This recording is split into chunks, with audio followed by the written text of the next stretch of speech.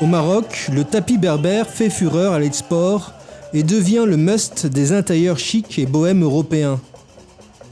Si on lui préfère l'appellation tapis tribal au Maghreb, il n'en reste pas moins un symbole fort du savoir-faire de l'artisanat de l'Afrique du Nord, au point de devenir aujourd'hui un produit de prestige.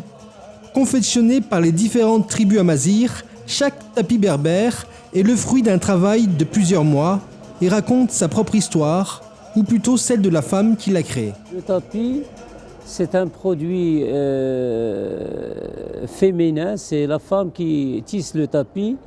Chez la femme rurale, c'est un support d'expression le plus privilégié. Donc c'est à travers ce support qu'elle arrive à s'exprimer, à passer et de montrer et mettre en exergue ses heures, son euphorie, voire même ses controverses. Donc c'est une œuvre d'art. Aucun tapis ne ressemble à l'autre. Lorsqu'une tisseuse reconfectionne un tapis, pour elle, c'est une aventure renouvelée indéfiniment vers l'infini. Les motifs participent à la fascination pour les tapis berbères. Losanges, traits droits, triangles et motifs zigzags parsèment ces tapis tissés au cœur des montagnes. Ces dessins sont un véritable langage. C'est celui des femmes berbères. Un véritable secret réservé à quelques initiés capables de décrypter une saga en rapport avec l'imaginaire de la culture amazighe.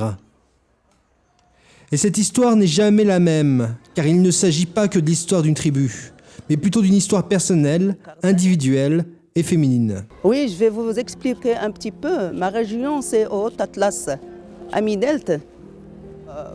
Premièrement, on tond les moutons pour avoir de la laine. Quand on a tondu les moutons, on prend la laine, on la lave à grand eau, on la sèche, après on la travaille, on la carde, après on la file. Avec le rouet, on file de la laine, on fait sorte de laine. Il y a la laine fine, la laine grosse, la laine qu'on met en deux, et la laine très solide pour faire la chaîne et la trame. Après, on fait monter le métier. Ça, c'est le métier ancien, pas moderne, avec le bois. Mais on obtient l'ouvrage bien. Nous, on travaille avec la main, toute la main, chaîne et trame à la main. Pas machine, pas non. Et la teinture, on met la teinture pas chimique, la teinture naturelle. On fait de la teinture avec des plantes, notre plante qu'on a, avec la plante de noix, avec la plante de henné, avec la plante de coquelicot. Nous, on travaille avec les plantes qu'on a dans notre région. Et on obtient les couleurs qu'on veut.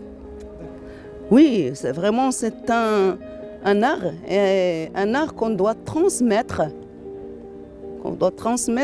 à nos filles et à nos femmes. Parce que nous, chez nous, on n'a que de la laine, on n'a que ça. On vit avec ça. Il faut le transmettre et on veut le garder. On ne veut pas le perdre. C'est un savoir-faire qu'on ne peut pas laisser partir. Il faut le renouveler et l'enrichir pour donner plus. Plus qu'un tapis, une œuvre d'art, un manuscrit, un livre ouvert qui fait la part belle à la magie des signes et des symboles berbères. À même le sol, en tenture ou en couverture, il garde tout son mystère.